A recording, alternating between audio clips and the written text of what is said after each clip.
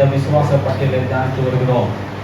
தேவன் இந்த பழைய ஏற்பாட்டு புஸ்தகத்தில் புதிய ஏற்பாட்டு புஸ்தகத்தை சுருக்கி எழுதப்பட்டிருக்கிறது. இந்த எபிரேயர் புஸ்தகம் 11ஆம் அதிகாரம். எல்லாம் எப்படி ஜெயித்தார்கள்? விசுவாசத்தினால் ஜெயித்தார்கள். அந்த வாழ்க்கையில ஜெயம் எங்கிருந்து வர வேண்டும்? விசுவாசத்தினால். உங்கள் விசுவாசம் உங்களை வாழ வைக்கும். எத்தனை சொல்றீங்க, என் விசுவாசம் என்னை வாழ வைக்கும்? என் விசுவாசம் என்னை வாழ வைக்கும். அவர் நிச்சயமா நம்மளை வாழ வைப்பார். தேவையானது விசுவாசம். தொடர்ந்து நாம் கடந்த நாட்டில் பார்த்தோம், அவர்கள் சிவந்த சமுத்திரத்தை கால்நடையாக வறண்டெல்லமாக அவர் கடந்து போனார்கள். எரிகோ மதில் சுவர்கள் உடைக்கப்பட்டது. எப்படி உடைக்கப்பட்டது? விசுவாசத்தினால் எரிகோ உடைக்கப்பட்டது. தடைகள் எல்லாம் ஆண்டவர் நீக்கி போடுகிற தேவனாய் இருக்கிறார். நம்முடைய வாழ்க்கையில எது தடையாக இருந்தாலும், கடல் போன்ற பிரச்சனைகள் தடையாக இருந்தாலும், எரிகோ மதில் போன்ற பிரச்சனைகள் தடையாக இருந்தாலும், உங்களுடைய விசுவாசத்துக்கு எல்லாம் பலமே இருக்கிறது. உங்கள் விசுவாசத்துக்கு முன்பதாக எதுவும் நிற்க முடியாது. எல்லாவற்றுக்கும் மேலாக உங்க விசுவாசம் பெரியது. ஹல்லேலூயா. செங்கடலை பார்க்கிலும் உங்க விசுவாசம் பெரியது. எரிகோ மதில் சுவரை பார்க்கிலும் உங்க விசுவாசம் பெரியது. ஆண்டவர் சொன்னாரு, உனக்கு கடுகால விசுவாசம் இருந்தா அந்த மலையை பார்த்து போகாது, மலையை பார்க்கிலும் உங்க விசுவாசம் பெரியது. விசுவாசத்துக்கு ஈக்குவல் எதுவுமே கிடையாதுங்க. கர்த்தர் உங்க விசுவாசத்தை எதிர்பார்க்கிறார். நீங்கள் தனிமையாக இருந்தாலும் உங்கள் விசுவாசம் ஒன்று இருக்கும் என்றால் நீயும் நானும் பாக்கியவான்கள். தொடர்ந்து நீங்க அப்படியே பார்க்கும் விசுவாசத்தை கொடுத்து இன்னைக்கும் நாம் தியானிக்கலாம். எபிரேயர் புஸ்தகம் 11ஆம் அதிகாரம் 31ஆம் வசனம். விசுவாசத்தினாலே ராகாப் என்னும் வேசி வேவுகாரரை சமாதானத்தோடு ஏற்றுக்கொண்டு கீழ்ப்படியாதவர்களோடே கூட சேதமாகாதிருந்தார். பார்க்கிறோம், இந்த ராகாப் அவள் பாவி இருந்தாலும் அவளுடைய வாழ்க்கையில ஒன்று இருந்த விசுவாசம், இஸ்ரவேலின் தேவனே தேவன். ஹல்லேலூயா. தேவன் மீது நம்பிக்கை இருக்க வேண்டும். மனிதர்கள் நம்மளை யாரை ஏதாவது சொல்லலாம், ஆனா நீ உங்களுக்கு விசுவாசம் கர்த்தர் மீது இருக்க வேண்டும். அந்த பட்டணமே எரிகோவே அவளை பார்த்து பாவி என்று சொல்லி ஒதுக்கி வைத்தது, ஊரே ஒதுக்கி வைத்தது, சொந்த பந்தங்கள் ஒதுக்கி வைத்தது. அவள் விசுவாசிக்கும் போது ஆண்டவர் அவளை சேர்த்துக் கொண்டார். ஆண்டவருக்கு சொந்தமாய் மாறப்பட்டார். இயேசு கிறிஸ்துக்கு சொந்தமாகவே மாறப்பட்டார். ஒரு மனிதனுடைய விசுவாசம் உலகம் ஒதுக்கி வைத்தார், சொந்த பந்தங்கள் ஒதுக்கி வைத்தது. ஆனால் விசுவாசிக்கும் போது அவர் இயேசுவுக்கு சொந்தமாகி விட்டார். அவர் சந்திதான் இயேசு கிறிஸ்து பிறக்கிறார்.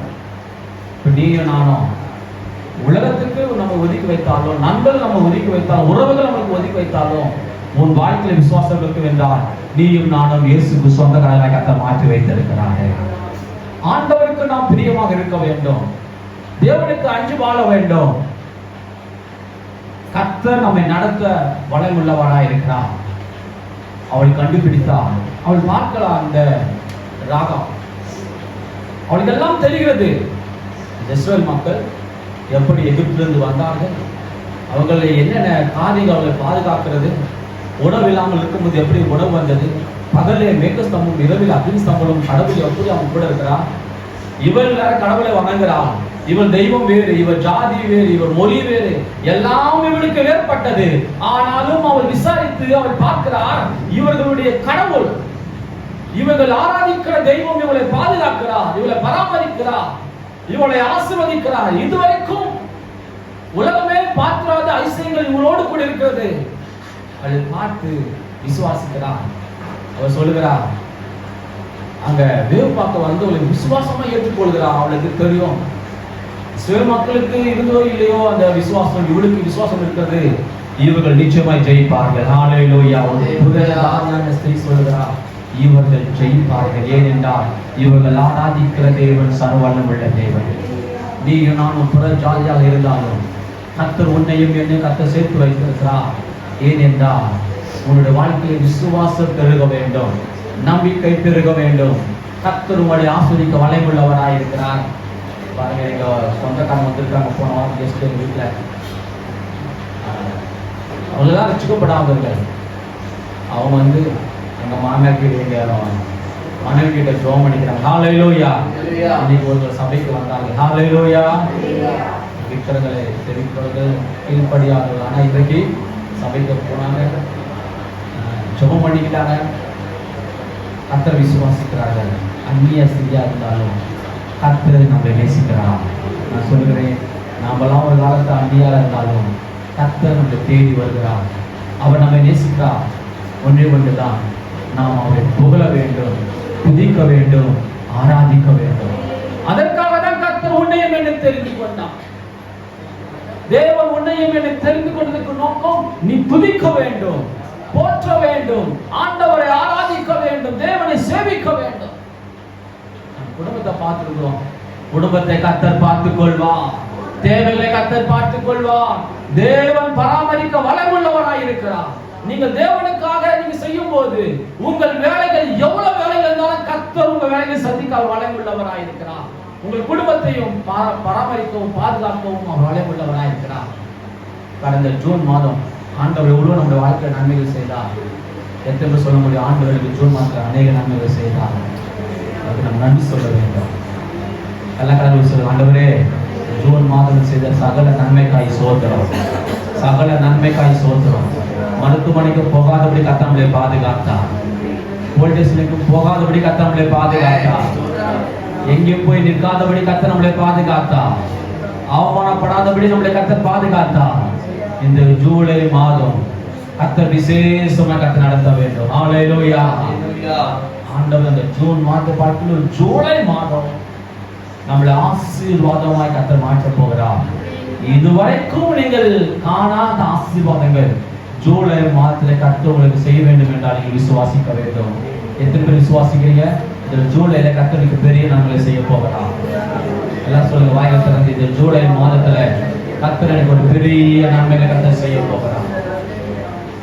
ஜூன் மாதத்துல கர்த்தருக்கு அநேக நன்மைகள் செய்தார். நினைச்சு பார்க்காத அளவுக்கு கர்த்தர் நன்மை செய்தார். என் மகளுக்கு ஸ்கூல் ஃபீஸ் கட்டணும். அப்போ பாருங்க, நான் எனக்கு ஒண்ணே ஒண்ணுதான் விசுவாசம், கர்த்தர் கட்ட வளம் உள்ளவராய் இருக்கிறார். ஹalleluya. கர்த்தர் நமக்கு கொடுக்க வளம் உள்ளவராய் இருக்கிறார். என்னுடைய நண்பர் ஒருவர் கனவுல வந்தாரு. கனவுல வந்து சொல்றாரு, நான் இருக்கிறேன், நீங்க கவலைப்படுறீங்க. அவர் திட்டாரு என்னை பார்த்து, நான் இருக்கிறேன், நீங்க ஏன் கவலைப்படுறீங்க? 2 நாள் கழிச்சு அவரு திருப்பி போன் பண்ணாரு எனக்கு. அவரு என்கிட்ட சும்மா ஷோக்காக பணம் கேட்டாரு. சார் கொஞ்சம் பணம் தான் கொடுங்க, நான் பிள்ளைக்கு ஃபீஸ் கட்டணும். நான் சொன்னேன்ப்பா, என் பிள்ளைக்கு தான் நான் தரேன், கண்டிப்பா உனக்கு தரேன். சரி, பிள்ளைக்கு ஃபீஸ் கட்ட எவ்வளோ கட்ட சொன்னேன். நான் சொன்னேன், நான் சொன்னேன் நான் 20,000 தரேன், என் சார்பாக நான் 20,000 தரேன். பாருங்க, அவன் திட்டான். நான் இருக்கும்போது நான் எப்படியே கனவு பண்ணணும் அதே மாதிரி திட்டான். நான் இருக்கும்போது நான் இருக்கும்போது ஏன் கவலைப்படுறீங்க? கர்த்தர் நல்லவராய் இருக்கிறார். விசுவாசம் உங்களை வாழ வைக்கும். விசுவாசத்தால் நீதிமான் ஒண்ணுமே கிடையாதுங்க. ஒவ்வொரு வாரம் சோழக்காரங்க ஜோம் பண்றேன், பெருசா ஒண்ணும் செய்யல. உபவாசிக்க ஒரு நாள் ஒண்ணுமே கிடையாது. கர்த்தர் தேவையெல்லாம் சந்திக்க வளமுள்ளவராய் இருக்கிறார். நம்ம தேவன் சர்வவல்லமுள்ள தேவன். நீயும் நானும் ஆராதிக்கிற தேவன் சர்வவல்லமுள்ள தேவன். அவர் நம்மை நடத்துகிற விதங்கள் ஆச்சரியமான விதங்கள். அவர் நம்மை கொண்டு போகிற பாதைகள் ஆச்சரியமான பாதைகள். உபத்திரவத்தின் பாதைகள் நம்ம கடந்து போனாலும் கர்த்தர் நமக்கு துணையாய் இருக்க கர்த்தர் நமக்கு கிருபை தருவாராக. நீங்கள் எதெல்லாம் விசுவாசிக்கிறீங்களோ அதெல்லாம் உங்களுக்கு வாய்ப்பு பண்ணப்படும். உங்களுக்கு தேவையானதான் நீங்க விசுவாசிக்க வேண்டும். தேவையில்லாத விசுவாசிக்க கூடாது. எது நமக்கு தேவையோ அதான் விசுவாசிக்கணும். எது நமக்கு தகுதியோ அதான் நாம் விசுவாசிக்க வேண்டும். எதெல்லாம் விசுவாசம் கர்த்தர் கொடுக்க வளமுள்ளவராய் இருக்கிறார். ஏன் என்றால் அவரால் கூட காரியம் ஒன்றுமே இல்லை. மரியாதை கேட்கிற, இது எப்படி ஆகும்? தேவனால கூட ஒன்றுமே இல்லை. ஹalleluya. நமக்கும் அப்படியே சில நேரத்துல மரியாதை போல கேட்கணும், இது எப்படி ஆகும்? அது தேவன் சொல்றான், தேவனால கூட ஒன்றுமே கிடையாது. நீங்க எதெல்லாம் பார்த்து இது எப்படி ஆகும் நீங்க கேட்கிறீங்களா? உங்க பிள்ளைகளை பார்த்து இது எப்படி நடக்கும் என்று கேட்கிறீங்களா? சூழ்நிலை பார்த்து இது எப்படி மாறும் என்று நீங்க கேட்கிறீங்களா? என் வாழ்க்கை எப்படி மாறும், எப்படி முடியும்? எல்லாத்துக்குமே ஒரு கேள்வி இருக்கிறது. எல்லா கேள்விக்கும் ஒரே ஒரு பதில் தான், தேவனால் கூட காரியம் ஒன்றுமே கிடையாது. கேள்விகள் 1000 கேள்விகள் இருக்கலாம், பிரச்சனைகள் 1000 பிரச்சனைகள் இருக்கலாம், போராட்டங்கள் 1000 போராட்டங்கள் இருக்கலாம். ஆனால் எல்லாவற்றுக்கும் ஒரே ஒரு பதில் தான், தேவனால் கூட காரியம் ஒன்றுமே இல்லை. எல்லா காரணம் சொல்லுங்க, என் தேவனால் கூட காரியம் ஒன்றுமே இல்லை. என் தேவனால் கூட காரியம் ஒன்றுமே இல்லை. இந்த வார்த்தை சொல்ல சொல்ல உங்களுக்கு இருக்கிற எல்லா தடைகளையும் ஆண்டவர் நீக்கி போட வளம் உள்ளவராய் இருக்கிறார். ராகம் ஊர்ல இருந்து ஒதுக்கி வைக்கிறாங்க, எல்லாம் ஒதுக்கி வைக்கிறாங்க. விசுவாச நிமித்தமாக கர்த்தர் அவளை பாதுகாத்தார். அவளை மாத்திரமல்ல, அவள் குடும்பத்தை கர்த்தர் பாதுகாத்தார். அவள் குடும்பத்தை மாத்திரமல்ல, சந்ததியை கர்த்தர் ஆஸ்வதிக்க வளம் உள்ள தேவனாய் இருக்கிறார். சந்ததி பாருங்க, அவள் சந்ததி எவ்வளவு பெரிய சந்ததியை கர்த்தர் மாற்றினார். ஒரு பாவியான ஸ்திரீயுடைய வாழ்க்கையில ஒன்றுமே யாரும் மதிக்காதவருடைய வாழ்க்கையில வேதத்துல ஆண்டவர் அவளை தூக்கி உயர்த்தி வைத்திருக்கிறாரு. நான் சொல்லுகிறேன், நீங்க தேவனை விசுவாசிக்கணும்னு சொன்னா முழு பலத்தோடு கூட, முழு ஆத்மாவோடு கூட, முழு சரீரத்தோடு கூட கர்த்தர் என்னை கைவிட மாட்டார் நீங்க விசுவாசிக்கணும்னு சொன்னா நான் சொல்கிறேன், எந்த இடத்துல கர்த்தர் நடத்த வளம் உள்ளவராக இருக்கிறார். கடந்த வாரத்துல வந்த ராஜமாணிக்கம் சகோதரர் எவ்வளவு கஷ்டப்பட்டாங்க. அவங்க ஊழியத்துல 3 பிள்ளைகள், ஒரு பிள்ளைகள் அப்பாவுக்கு 3 பிள்ளைகள் கடைசி குழந்தைகளை வைத்து ரொம்ப கஷ்டப்பட்டாங்க. கை குழந்தை வைத்து சபைக்கு போகிறது கூட பணம் இல்லாம கஷ்டப்பட்டாரு. இன்னைக்கு ஆண்டவர் பெரிய சபையை கற்றுக் கொடுத்திருக்கிறார், ஆத்துமாக்களை கொடுக்கிறார், அநேக ஊர்களுக்கு மாதமாக சம்பளம் தருகிறார். பார்க்க எப்படி சிம்பிளா இருப்பாங்க. கர்த்தரோடு கூட இருக்கிறார். ஹல்லேலூயா. நான் அவரை மலேசியாவுக்கு போகும்போது மலேசியாவில் ஒரு பெரிய நாங்கள் இங்கே எப்படி இந்த டிக்ஸ் மால் அதுபோல் ஒரு பெரிய மால், அந்த மாலையில் ஒரு சபை இருக்குது, பெரிய சபை. அந்த சபைக்கு நான் அவர் போகும்போது அந்த பாஸ்டர் அவரை பார்த்து நான் சொன்னேன், நான் பைபிள் டீச் பண்ணுறேன் சொல்லும்போது அவர் நினைச்சாருன்னா இவங்க இருக்காரு சொல்லிட்டு சரி கொஞ்ச நேரம் தான் டைம் சொல்லி கொடுத்தார். பாருங்க, ஒரே ஒரு வழி தான் போட்டார். அந்த ஒரு வழியில வேதத்தோட ரகசியங்களே அழகாக சொல்லிட்டார். ரொம்ப ஆச்சரியம். எல்லாரும் நம்ம பார்க்கறதுக்கு எப்படி சாதுவா இருந்தாலும் சிம்பிளா இருந்தாலும் நமக்குள் இருக்கிற பெரிய தேவனாய் இருக்கிறார். நமக்குள் இருக்கிற ஆண்டவர் பெரிய தேவனாய் இருக்கிறார். ஒன்றுமே இல்லை என்றாலும் கர்த்தரை நீங்கள் விசுவாசிக்கும் போது உங்கள் தேவையெல்லாம் சந்திக்கப்படும். இந்தியாவில் பல மாநிலங்களில் சபைகள் இருக்கிறது. கர்த்தர் உயர்த்தி வைத்திருக்கிறார். காரணம் அவர் விசுவாசிக்கும் போது. ஹல்லேலூயா. கர்த்தரை நம்பி பாருங்க, கர்த்தரை நம்பி பாருங்க. நம்ம எதையோ தேவையில்லாம நம்பி இருக்கிறோம். வேலையை நம்புறோம், பலத்தை நம்புறோம், எதையோ நம்பி நம்பி ஏமாந்து போகிறோம். ஒரு லிமிட் இருக்குன்னா உயர்வு. கர்த்தரை நம்பினாதான் உங்க வாழ்க்கையை மாறும். எல்லாரும் வாழ்றாங்க, வாழ்றது வாழ்க்கை அல்ல.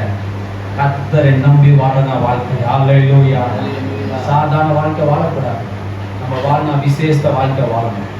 வாழ்ந்தா விசேஷ வாழ்க்கை வாழணும். நம்மளுக்கு அற்புதங்கள் தேடி வரணும், அதிசயங்கள் தேடி வரணும். ஒவ்வொரு நாளும் அதிசயம் செய்ய முடியும் ஆண்டவரால. உனக்கு செய்ய முடியும். ஒவ்வொரு நாளும் ஒவ்வொரு நிமிடமோடு காப்பது செய்ய முடியும். அது அந்த அன்லிமிட்டட் அவருக்கு அதிசயம் அற்புதம் நமக்கு செய்யறதுக்கு. ஏதோ மாசத்துல ஒரு நாள்லாம் இல்லை, அவர் ஒவ்வொரு நாளும் அற்புதம் செய்ய வல்லம் உள்ளவராக இருக்கிறார். ஏனென்றால் அவர் அதிசயமானவர், அற்புதமானவர், ஆலோசனை கர்த்தர், நித்திய பிதா. அவர் பெயரே அதிசயமானவர். எல்லா சூழ்நிலை மாற்ற அவர் நம்மால் முடியும். அவர் நமக்கு நன்மை செய்ய வல்லம் உள்ளவராக இருக்கிறார். ராகா ஆண்டவர் விசுவாசித்தார். கர்த்தருடைய பிள்ளைகள் விசுவாசித்தார், அவரை ஏற்றுக்கொண்டார். தேவன் ஒருவரே தேவன். நான் ஆராதிக்கிற, நாங்கள் வணங்குற குடும்பம் வணங்குற தேவன் அல்ல, எங்கள் பட்டணம் வணங்குற தேவன் அல்ல, எங்க ஜாதி ஜனம் வணங்குற தேவன் அதல்ல. இஸ்ரவேலின் தேவனே சர்வ வல்லமுள்ள தேவன், அவரே பெரிய தேவன், அவரே சர்வ வல்லமுள்ள தேவன் என்று விசுவாசித்தார். அந்த விசுவாசத்தின் நிமித்தமாக வாழ்க்கை மாறப்பட்டது. மத்தேயு எழுதின புத்தகம், மத்தேயு புத்தகம் 1ஆம் அதிகாரம் 5ஆம் வசனம் வாசிக்கும். மத்தேயு 1:5 அப்படியே வாசிப்பாங்க.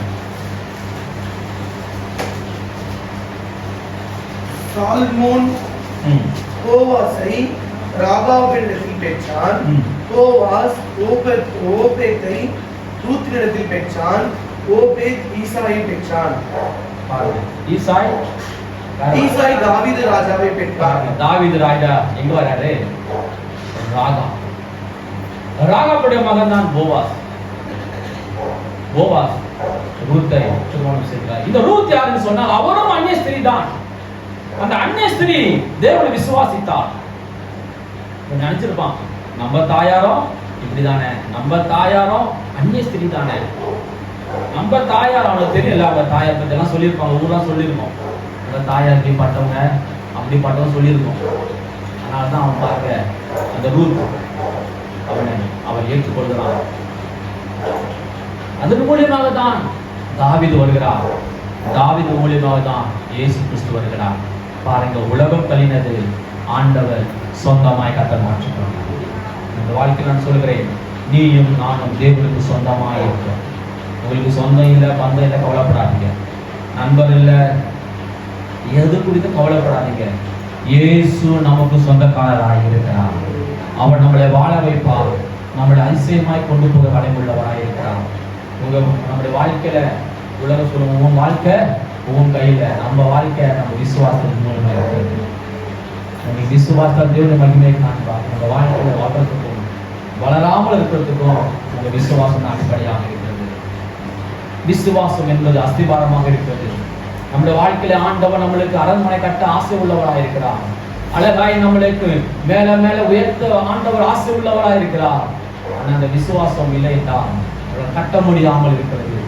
ஏதோ குடிசைக்கு அஸ்திபாரம் தேவையில்லை. குடிசைக்கு அஸ்திபாரம் தேவையில்லை. இன்னைக்கு நம்ம எல்லாம் சில பேர் குடிசையாக ஏதோ வாழ்ந்து கொண்டிருக்கிறோம். ஆனா உயர்வுக்கு அஸ்திபாரம் தேவையாக இருக்கிறது. அந்த அஸ்திபாரம் கிறிஸ்துவாக இருக்கிறார். அந்த அஸ்திபாரம் விசுவாசமாக இருக்கிறது. அந்த அஸ்திபாரம் வேத வசனமாக இருக்கிறது. இந்த வேத வசனமும் உங்களுடைய வாழ்க்கையில் இருக்கிற அந்த விசுவாசமும் உங்களுடைய வாழ்க்கையில சரியா இருக்கும் என்று சொன்னால் உங்கள் மேல ஆண்டவர் நிற்க கட்ட வளைவுள்ளவராய் இருக்கிறார். உங்கள் மேல ஆண்டவர் கட்டும்படியாக, உயரமான கட்டும்படியாக, மேலும் மேலமாக உங்களை உயர்த்தும்படியாக உங்கள் விசுவாசத்தை பொறுத்து மேல கட்ட வளைவுள்ளவராய் இருக்கிறார். நீங்க நானும் வளரணும்னா நமக்கு தேவையான முதலாவது ஒரு புரிஞ்சு கொள்ளணும். நாம வளராதுக்கு காரணம் நாம தான். சொல்லுங்க, நான் வளராதுக்கு காரணம் நான் தான். சொல்லுங்க எல்லாம் வாய்ப்பு, நான் வளராதுக்கு காரணம் நான் தான், நாம தான். அதுதான் உண்மை. நீங்க எல்லாம் சொன்ன ஆண்டவர் நினைச்சா செய்யலாம், அவர் செய்யவே மாட்டாங்க. நாம கரெக்டா இருந்தா அவரால் எல்லாம் கூடும், அவரால் எல்லாம் முடியும். நம்ம வாழ்க்கையில சரியா செய்ய வேண்டியது சரியா செய்ய வேண்டும். தேவைன்னா கர்த்தரை சொல்லணும். தேவையில்லாம தப்பா செய்யக்கூடாது. கர்த்தாவே நீ நடத்தும், பொறுப்பெடுத்துக் கொள்ளும். நீங்க தான் என்னை உயர்த்தணும், நீ தான் என்னை வாழ வைக்கணும். அவர் மேல பாரத்தை வச்சுடுங்க. அவர் மேல உங்க பிரச்சனை வச்சுடுங்க. அவர் மேல உங்க போராட்டத்தை வைத்து விடுங்க. அவரே எல்லாவற்றையும் பார்த்து கொள்ளவும் நடத்தவும் அவர் போதுமானவராக இருக்கிறார். நான் சொல்லுகிறேன், விசுவாசித்தான் அவர் வாழ்க்கைகள் தலைக்கீழாக மாறப்பட்டது. இன்னைக்கு நீயே நானும் விசுவாசம் என்றால் உன் வாழ்க்கையும் என் வாழ்க்கையும் தலை கீழாக மாற்றப்பட ஆண்டவர் வளமுள்ளவராயிருக்கிறார். அவர் உண்மை உள்ளவராயிருக்கிறார். அவர் சத்தியம் உள்ளவராயிருக்கிறார். ஆகவே நீங்க தொடர்ந்து ஜெபம் பண்ணுங்க, விசுவாசிங்க. கர்த்தர் உங்களை ஆசீர்வதிக்க வளமுள்ளவராயிருக்கிறார்.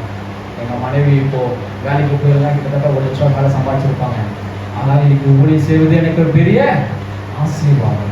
ஒவ்வொரு வாரமும் திங்கட்கிழமை போயிட்டு அவங்க ட்ராக்ஸ் தராங்க. ஒவ்வொரு வாரமும் அவங்களும் அவங்க ஊருக்கு இருக்கவங்களும் கூட போயிட்டு ட்ராக்ஸ் தராங்க. எங்க இருந்தாலும் அந்த டைமுக்கு ஓடி வந்துட்டு நிறைய பேர் சும்மா சிம்பிளா செய்யறாங்க.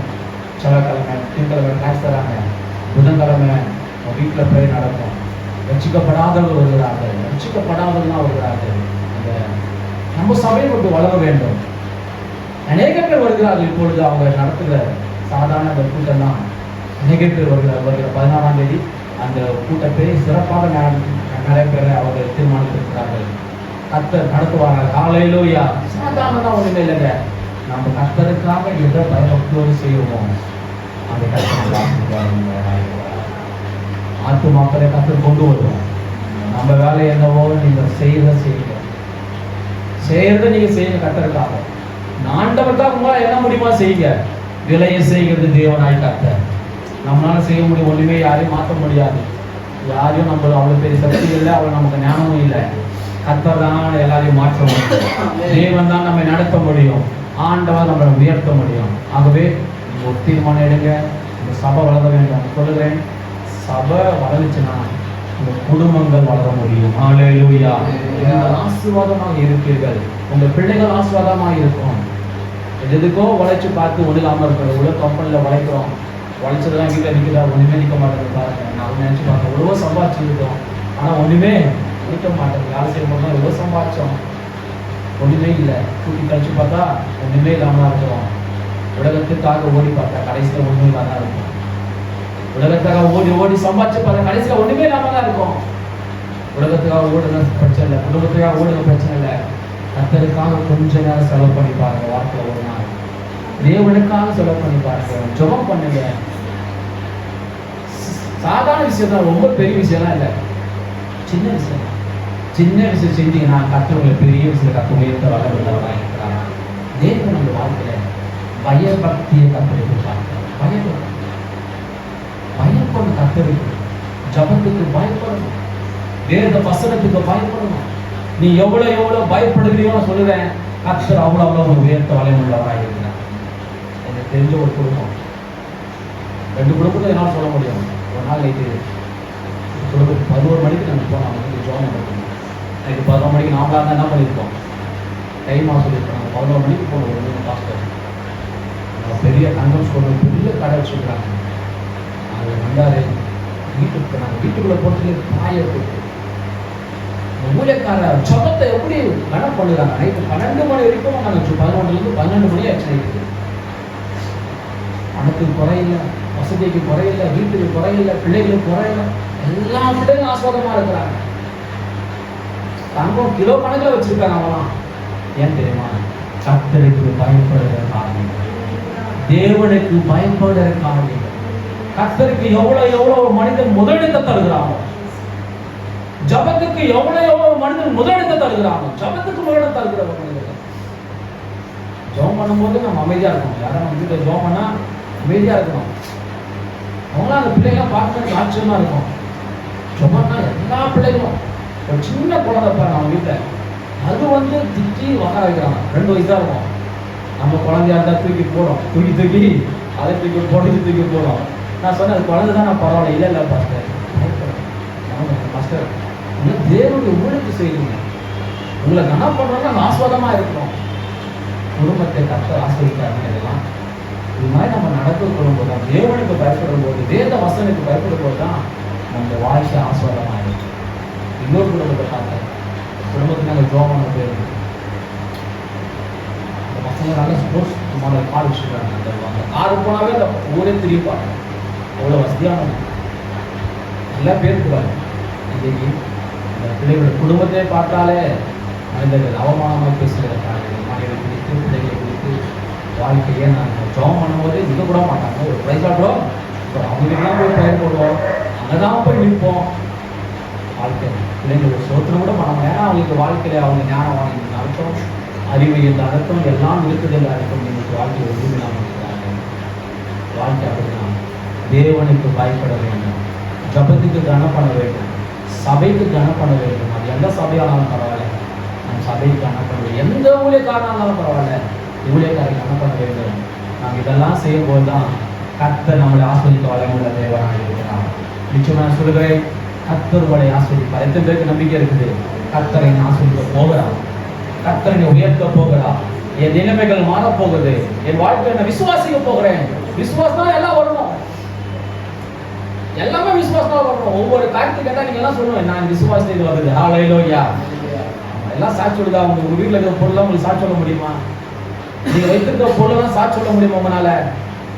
சில பேர் சொல்லுங்க, நான் கஷ்டப்பட்டு இந்த மாசம் வாங்கினேன், சம்பாதிச்சு வாங்கினேன். அதல்ல, கர்த்தர் கொடுத்தாருன்னு சொல்ல வேண்டும். ஹல்லேலூயா. இந்த வேலையை ஆண்டவர் கொடுத்தா. நான் எவ்வளவு கஷ்டப்பட்டு பார்த்தேன், எனக்கும் தகுதியே இல்லை, நான் இன்னைக்கு நிக்கிறேன்னா கர்த்தர் தான் கொடுத்தாரு. அதான் சாட்சி. நான் வச்சுக்கிற ஒவ்வொரு பொண்ணும் ஆண்டவர் கொடுத்தாரு, நான் வாங்கல, கர்த்தர் கொடுத்தாரு. கர்த்தர் கொடுப்பாரு உங்களுக்கு. அந்த மாதிரி நீங்க சாட்சி சொல்ல முடியும். சொல்லுவீங்க, எங்க வாழ்க்கையில எவ்வளவு கர்த்தர் சொல்லு செஞ்சிருக்காரு, சாட்சி சொல்ல முடியும். ஹல்லேலூயா. எவ்வளவு நன்மைகள். நம்ம ஒவ்வொரு நாளுக்கும் அவர் நன்றி சொன்னாலும் நம்ம வாழ்க்கைக்கு போதாது. அந்த மாதத்துல கிட்டத்தட்ட ஆண்டவர் எனக்கு 1 லட்சம் ரூபாய்க்கு மேல கர்த்தர் என் தேவையை சந்தித்தார். ஹல்லேலூயா. எல்லாம் தேவனுடைய கிருபை தான். ஏதோ பெரிய ஞானம் அல்ல, பெரிய அறிவுள்ள புத்தி இல்ல, கர்த்தர் வாய்ப்பு பண்ணுகிறார். ஹல்லேலூயா. நிலைமையை கர்த்தர் மாற்றினார், தேவையெல்லாம் சந்திப்பார், அவர் அதிசயமா நடத்துவார், அவர் அற்புதமாய் நடத்துவார். அதுக்கு தேவையான ஒன்றுதான், இயேசு என்னை கைவிட மாட்டார். ஹல்லேலூயா. இயேசு என்னை, ஒவ்வொருக்கும் ஒவ்வொரு ஃபேவரட்டான வசனம். எனக்கு ஒரு ஃபேவரட்டான வசனம் யோசுவா 1:5, நான் உன்னை விட்டு விலகுதுமில்லை, உன்னை அந்த வசனம் தான். எதை நினைச்சாலும் அந்த வசனம் தான். உங்களுக்கும் ஒரு ஃபேவரட்டான வசனம் இருக்கும். அந்த வசனத்தை வச்சு இந்த வாழ்க்கை நான். ஹல்லேலூயா. விசுவாசனால அந்த வசனம் சொல்லுங்க, விசுவாசனால அந்த ஒரு வசனம் சொல்லுங்க.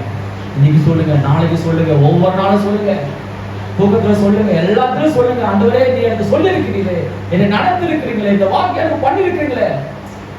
விசுவாசமா சொல்லுங்க. விசுவாசம் கத்த நடத்த வளம் உள்ளவராயிருக்கிறார்.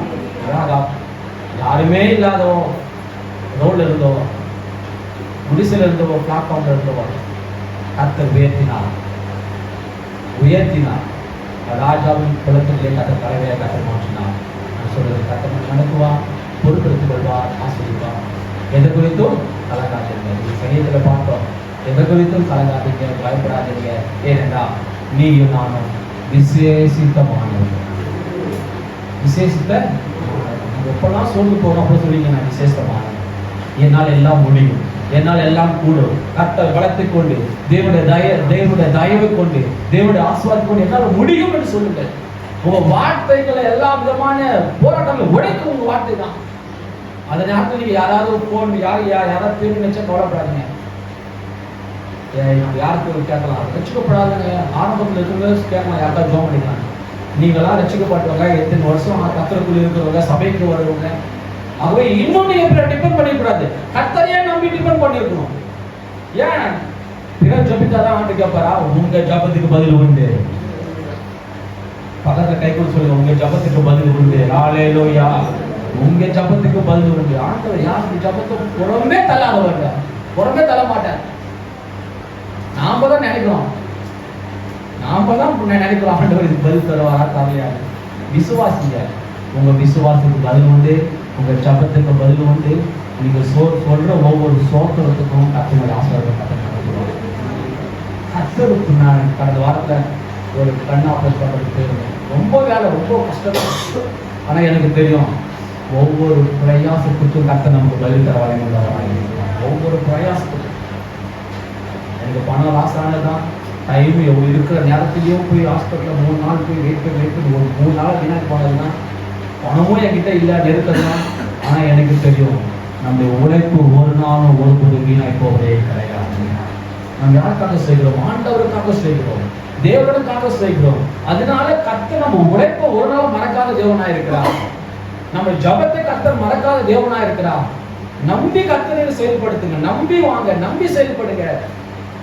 கர்த்தர் உங்களை ஆசீர்வதிக்க வல்லமையுள்ளவராய் இருக்கிறார்.